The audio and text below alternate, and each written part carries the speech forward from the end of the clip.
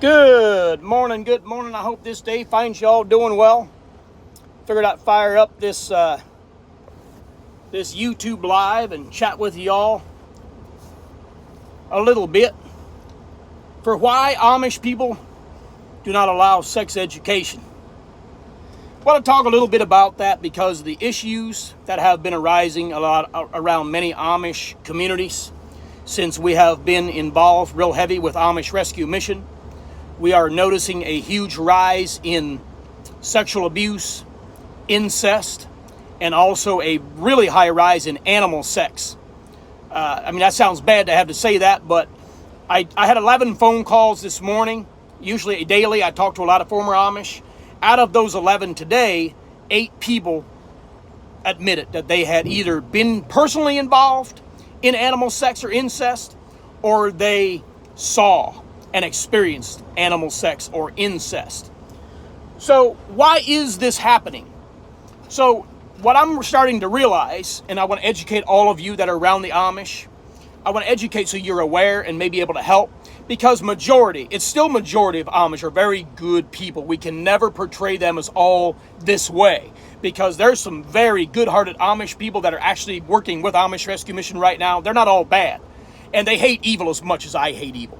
But I will say, the reason the incest and animal sex is out of control, and I'm going to use my own experience, okay? I'm not pointing a finger at certain Amish or certain districts. I will share with you why this is happening because of my personal experience. Goes like this. I was taught by my forefathers and my parents that babies, when I get a new brother or sister, it comes down from heaven in the middle of the night, and the angels will bring them, and that's why I would wake up and hear a baby crying the next morning. I believe that. I believe that lie, because that is what I thought brings a new brother or a sister. I didn't know it was through sex. The reason they refuse sex education is because they believe it prevents teenage pregnancies.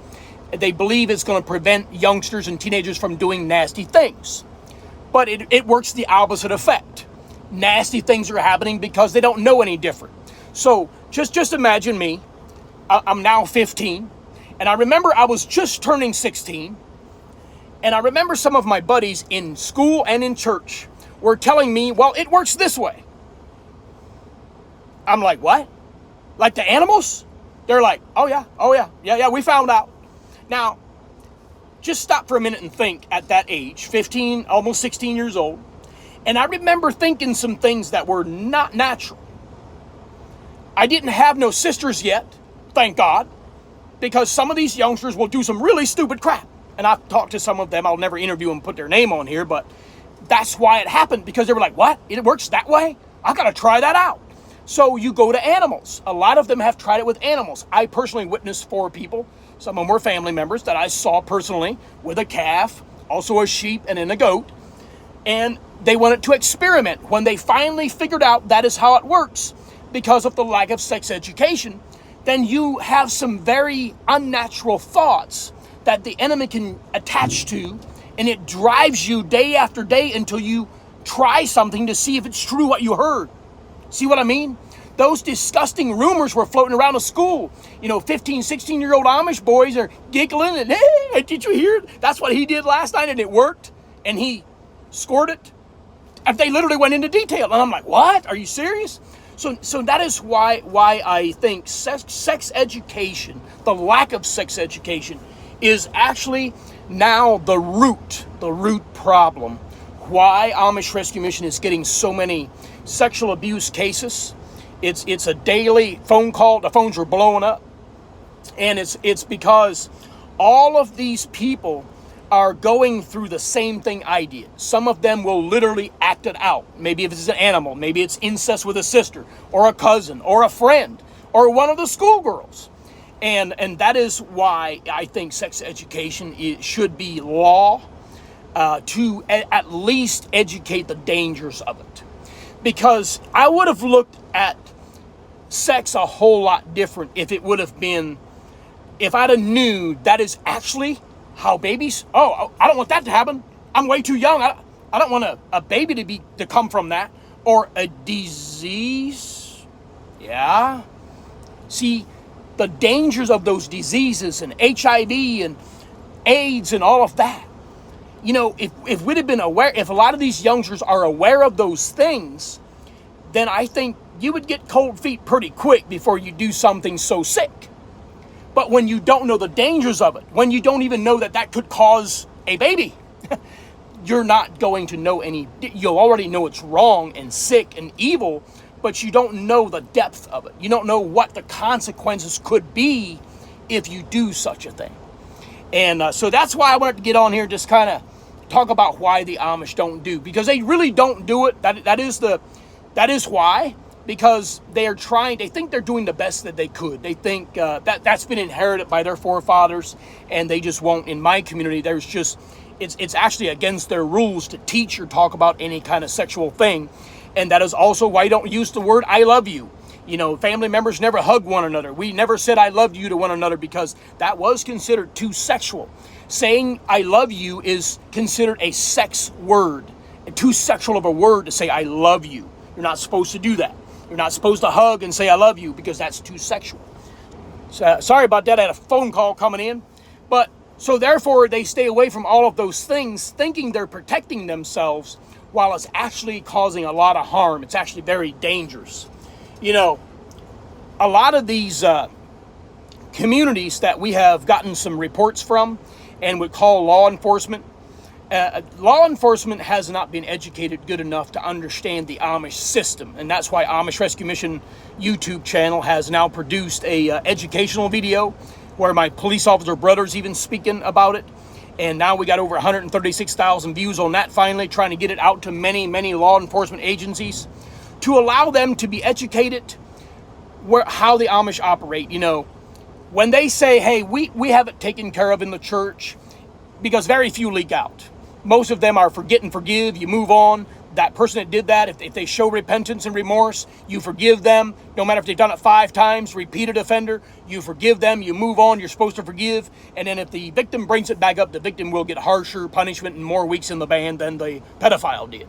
So what's happening is law enforcement is starting to finally understand through Amish Rescue Mission how that religious bubble operates in the Amish church.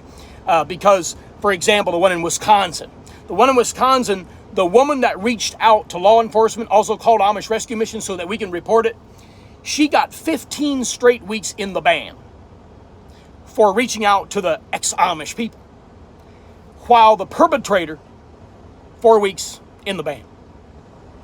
At the time of the court hearings, they were trying to make that clear. Hey, look, the Amish said they got disciplined, they got taken care of. Guess what? The pedophile already is forgiven. He's back to normal society, and he's still in the same house with the victims. So we have to try to teach them that and try to get them to understand why this is happening, why it's out of control. Because, for example, I called up to, well, I'm not even going to mention the state, because I do respect law enforcement. My brother's a police officer, but they simply don't know any better. They do the best they can. I know there's certain laws in place where they sometimes can't even do their jobs.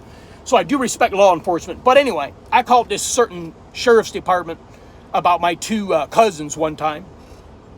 And a lot of former Amish had already brought news to me that my uncle, he's a preacher, and that he had been confessed multiple times, even as a preacher, for molesting his 2 daughters. And so I got irate. My blood was boiling. So I reached out to the sheriff's department. Well, they do a welfare check. They go out and ask some questions. No. They call me back. Eli, they said it's not happening. Oh, well, took their word for it. What? Just because they said it's not happening, you're not going to take the girls off to the side and ask them questions? Come on now. But they didn't know any better. They just took the Amish there. You have a very good relationship with the Amish in that area. They respect the Amish. They love the Amish. And therefore, they dropped it. They said, hey, they said there's nothing going on. And then he went further. He said, they told me if it is going on, they're going to go ahead and the church will punish them for it. Hello? That's forget and forgive and move on. Silencing the victim. That's why Amish Rescue Mission's motto is, we give all victims a voice. We give a voice to those that are silent, and we help those that couldn't help themselves. While religion and cult has stepped on them, silenced them, did not help them. That is why we must do what we're doing. A lot of you saw my video this morning I posted on YouTube. We got that 18-year-old young man out of the Amish, and he's in counseling. He's going to need counseling before we give him any other help, jobs and license and stuff, because, well, he's got a lot he's got to work through, because he's been sexually abused by his own father, physically beaten by his father. And so we had to get him out of there. Unfortunately, I couldn't get him out of there before that because, well, he was under 18 and they called the cops every time and the cops brought him back home. And, it's almost impossible to get something done with some of these communities. But anyway, I wanted to educate you guys why sex education isn't happening and why they don't teach the importance of it, because they think they're protecting themselves. That is why they do it that way. The Church of God Restoration has done the same thing. A lot of these religious cults, they operate that way. And since they operate that way, they can hide that, like Lyndon Loftus. He's like a main apostle in the Church of God Restoration. He was just recently charged. He was convicted. He's a pedophile. But he's been doing it for 30 years. But why did it take so long? Because, again, it's that system of religion that keeps everything hush-hush. They make it go away. They hide it under the rug. They shove it under the rug. And nobody is able to get to the bottom of it. And that's why some of these Amish preachers, bishops, Church of God Restoration, you got the Mormons, you got the Mennonites, you got the Hutterites, you got the Jehovah's Witness. A lot of them operate the same way, and they can protect the pedophiles, especially if they're elders of the church or a preacher. They will protect them and make it go away. And it's actually very easy to make it go away in these religious cults, because they hide behind the freedom of religion laws that are in place. Thank God for the Constitution. Thank God for freedom of religion. But they use that Christian label and that freedom of religion label to hide behind, and they can hide a lot of evil stuff. And it must be exposed. And we are going to continue to expose. I know there's a lot of you that have reached out that are former Amish and Amish that were very critical of what Amish Rescue Mission is doing. But I want to challenge you and ask you, why is the reason you would defend a pedophile and not a victim?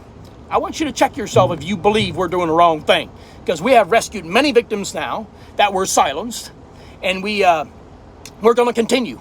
We're going to continue to do Ephesians 5:11, where we have nothing to do with evil deeds of darkness, but rather expose them. And we will continue to expose them even if you defend them.